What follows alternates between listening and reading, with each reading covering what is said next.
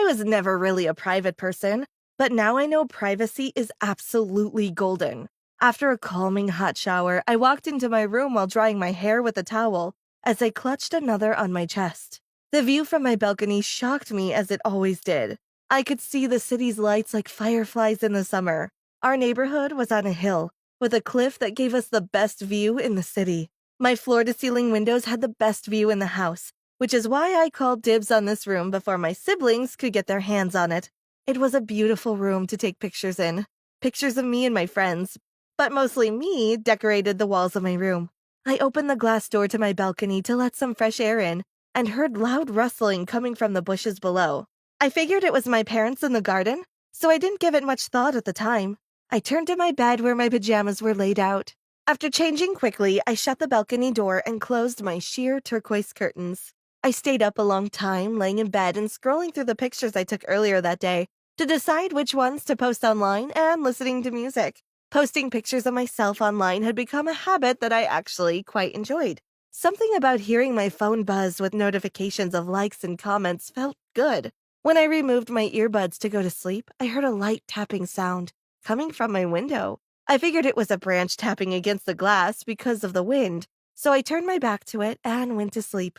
The following night, when I turned off the light, I saw a faint blinking red light coming from behind my curtains. It was accompanied by the tapping noise, but now it was louder and apparently more urgent.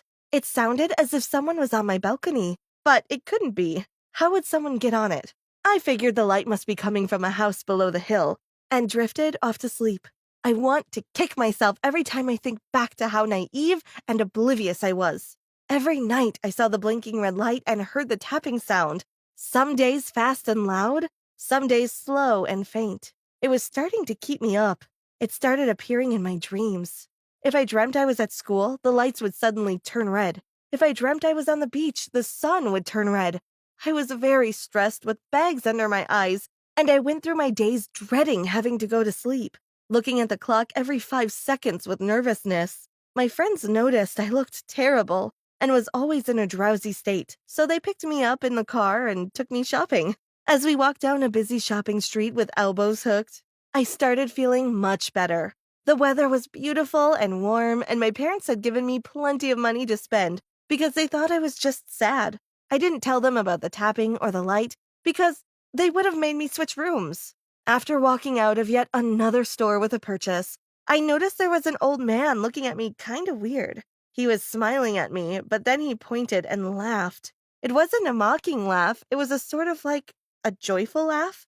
I found it strange, but I honestly thought I was wrong and he wasn't looking at me, so I ignored him and kept walking. While walking past a video game store, I heard my name shouted. "Samantha," said a voice in the store. My friends and I turned, and we saw a big group of teenage boys. They all slightly resembled geckos, all pale and thin and slimy looking.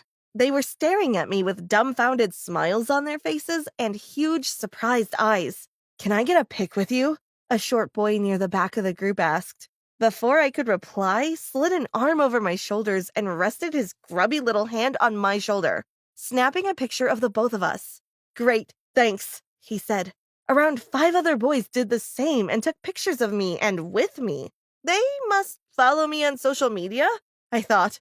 "Wait, why exactly do you boys want a picture with her?" one of my friends asked. "They probably follow my page," I said.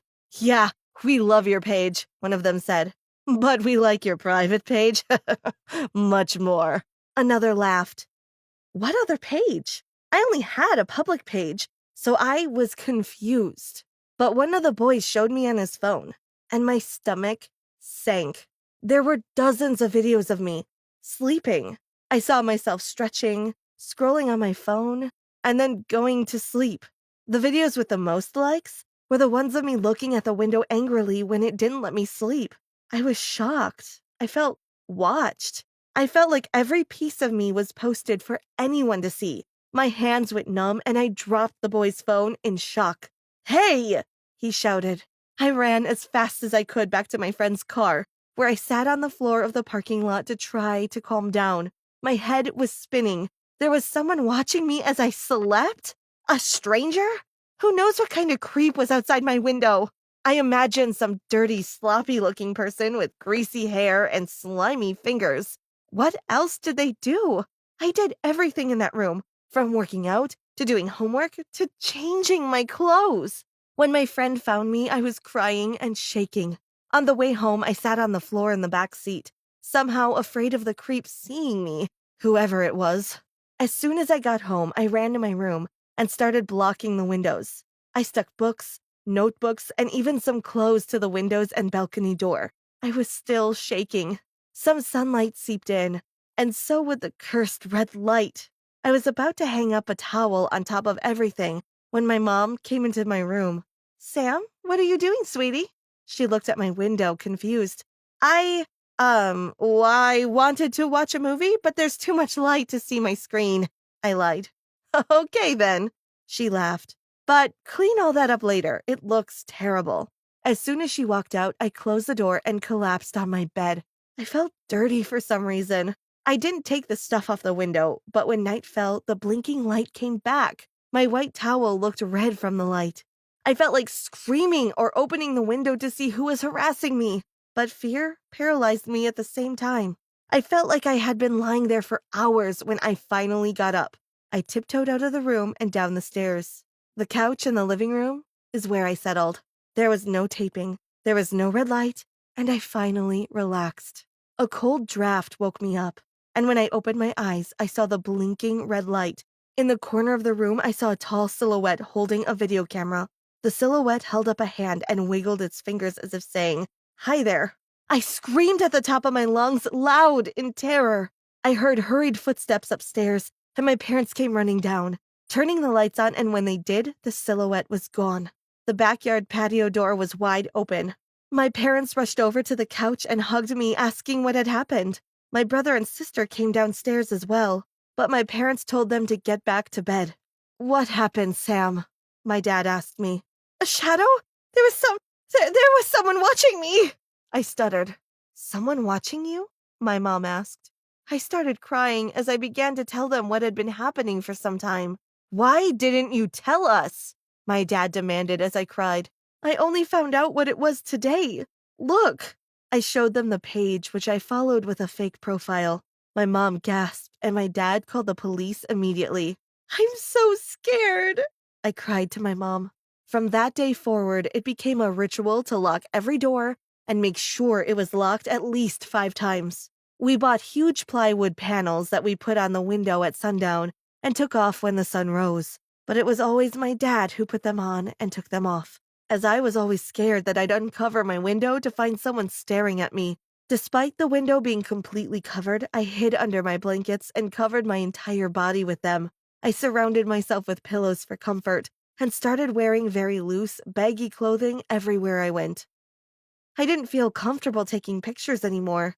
I'd take them, look at them, and find myself dissecting them. For the first time, my mind wandered to the people on the other side of the screen, the dangerous people, the creeps. I felt watched wherever I went. Even while in the back seat of a car, I ducked down, thinking people were watching me. Paranoia followed me everywhere I went. A couple weeks later, my parents found a new house for us. It wasn't just for me. My family didn't feel safe anymore. Rustling in the bushes from a rabbit made the 5 of us jump during dinner. On moving day, I felt light as I put all of my belongings in boxes. I nearly jumped for joy as I carried the boxes containing my life into a truck, and just felt like life could finally go back to normal. With a few slight differences, of course. We installed a security camera in the new house and had cameras outside. I felt like I could finally move on from this traumatic episode. Being surrounded by boxes and a truck felt almost therapeutic. I heard my mom calling to me to go help pack some kitchenware, so I jumped off the back of the moving truck. Then I heard someone going, "Psst," in the distance. I looked up towards my neighbor's front yard, and in the hedge separating our yards, I saw the light. The cursed, blinking red light. I froze in place and watched in horror as a figure emerged from the hedge.